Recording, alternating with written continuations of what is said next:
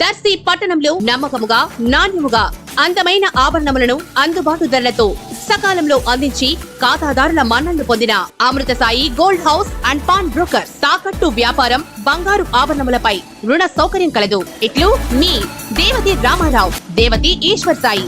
Amrutha Sai gold house and pawn brokers, గడియార స్తంభం వద్ద, కురిచేడు రోడ్, దర్శి.